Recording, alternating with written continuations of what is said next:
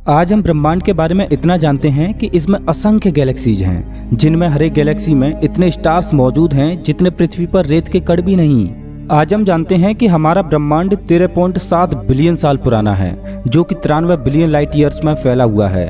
आज हम जानते हैं कि तारे कैसे बनते हैं। हमें पता है कि सुपरनोवा विस्फोट क्या होता है। हम जानते हैं कि इस ब्रह्मांड में ब्लैक होल्स जैसे महादानव भी मौजूद हैं।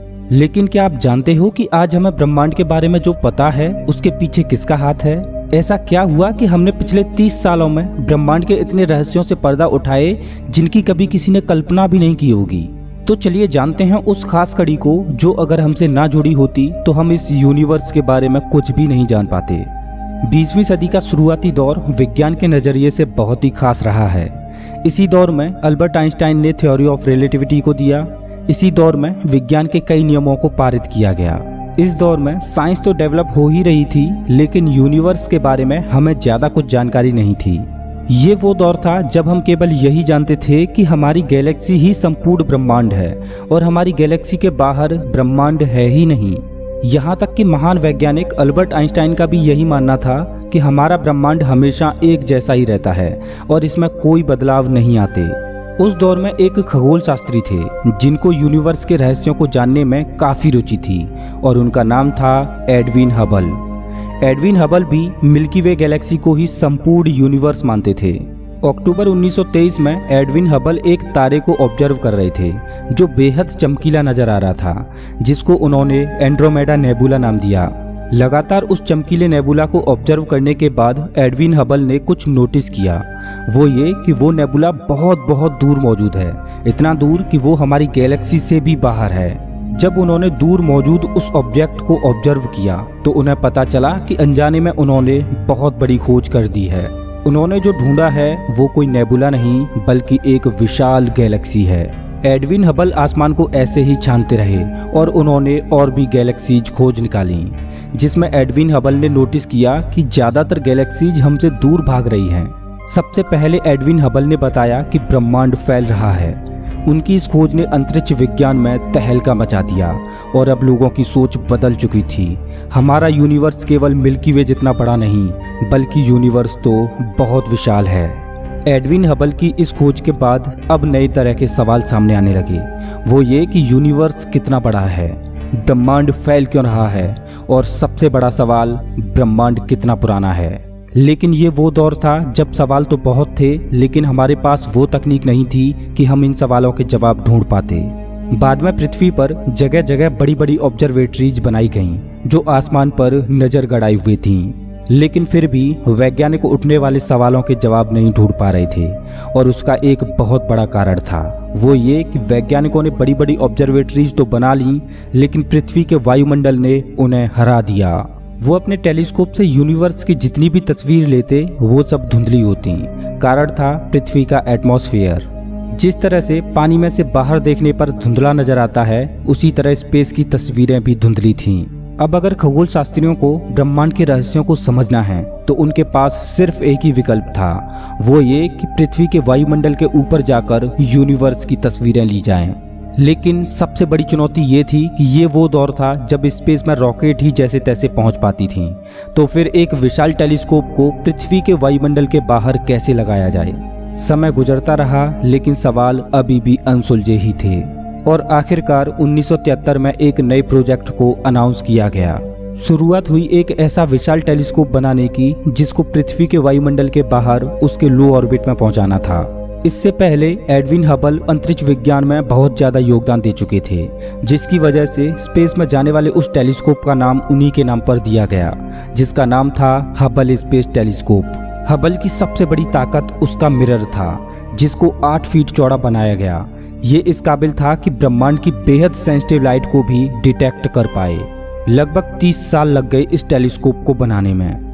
जब 1990 में इसको लॉन्च किया जाना था तब सबके दिलों की धड़कनें थम सी गईं, क्योंकि हबल टेलीस्कोप वैज्ञानिकों की 30 साल की कड़ी मेहनत थी जिसमें अरबों डॉलर्स का खर्चा आया था। वैज्ञानिकों को सिर्फ एक ही डर था, अगर ये मिशन सफल नहीं हुआ तो।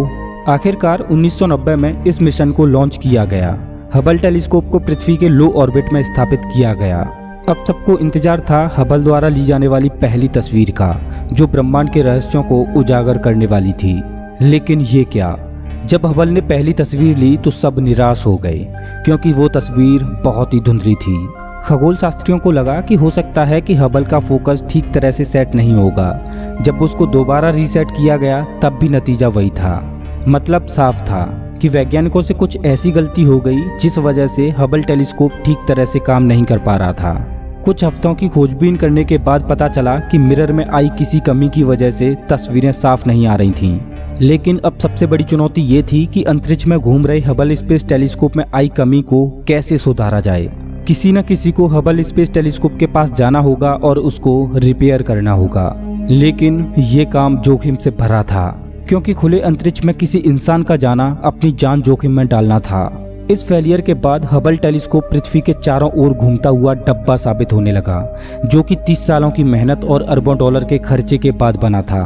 कुछ समय बाद नासा ने इसको रिपेयर करने की योजना बनाई और नासा मिशन की तैयारियों में जुट गया, जिसमें अंतरिक्ष में जाने वाले एस्ट्रोनॉट्स को 20 महीनों तक ट्रेनिंग दी गई।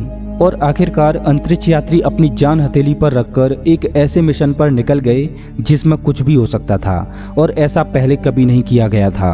अंतरिक्ष में जाने के बाद उन अंतरिक्ष यात्रियों को 2 दिन लग गए हबल टेलीस्कोप को कैप्चर करने में। हबल को जिंदा करने की एक आखिरी उम्मीद यही थी। अंतरिक्ष यात्रियों ने कई घंटों मेहनत करके हबल को रिपेयर किया और अब बारी थी इसको टेस्ट करने की। हबल टेलीस्कोप के फोकस को सेट किया गया और उससे पहली तस्वीर खींची गई। जब तस्वीर को नासा के रूम में रिसीव किया गया तो सबके चेहरे खिल उठे, क्योंकि हबल वापस आ चुका था। हबल द्वारा यूनिवर्स की ली गई वो तस्वीर इतनी क्रिस्टल क्लियर थी कि खगोल शास्त्रियों ने पहली बार ब्रह्मांड को इतनी गहराई में देखा था। हबल की शानदार वापसी के बाद इंसानों ने पहली बार ब्रह्मांड को इतने करीब से देखना शुरू किया। अब ये वो समय था जिसमें यूनिवर्स के रहस्यों और अतीत में उठे सवालों से पर्दा उठना था, और हबल ने अपना ये काम बखूबी किया। हबल ने नेबुला की उन तस्वीरों को कैप्चर किया जिनमें अभी नए तारे जन्म ले रहे थे। हबल ने बहुत सारी नई नई गैलेक्सियों को खोज निकाला। हबल की मदद से हमने जाना कि सुपरनोवा क्या होता है। हबल ने ब्रह्मांड के ऐसे रहस्यों से पर्दा उठाया जिनके बारे में इंसानों ने कभी सोचा भी नहीं था। हबल ने उस सवाल का भी जवाब दिया कि ब्रह्मांड कितना पुराना है और कितना बड़ा है। वो हबल स्पेस टेलीस्कोप ही है जिसकी वजह से हम जानते हैं कि हमारा ये ब्रह्मांड 93 बिलियन लाइट ईयर्स में फैला हुआ है, जिसकी उम्र 13.7 बिलियन साल है। हबल स्पेस टेलीस्कोप की इस जर्नी में इसे 5 बार अंतरिक्ष में जाके रिपेयर किया जा चुका है। आज हम इस ब्रह्मांड के रहस्यों के बारे में जो भी जानते हैं उसका श्रेय हबल स्पेस टेलीस्कोप को ही जाता है। अगर हबल स्पेस टेलीस्कोप जैसी कड़ी हमसे ना जुड़ी होती तो आज हम यूनिवर्स के रहस्यों से अनजान रहते। हबल टेलीस्कोप अभी भी कार्यरत है और आगे भी ये 10 सालों तक ऐसे ही काम करता रहेगा। हम अंतरिक्ष विज्ञान में हबल द्वारा दिए गए योगदानों को कभी नहीं भूल पाएंगे। वैसे दोस्तों, आप हमारे वीडियो कौन से शहर से देख रहे हो हमें कमेंट करके जरूर बताएं। अगर ये वीडियो अच्छा लगा हो तो लाइक करें और ऐसे ही मजेदार वीडियोज के लिए चैनल को सब्सक्राइब करें, साथ ही बेल आइकन दबाएं।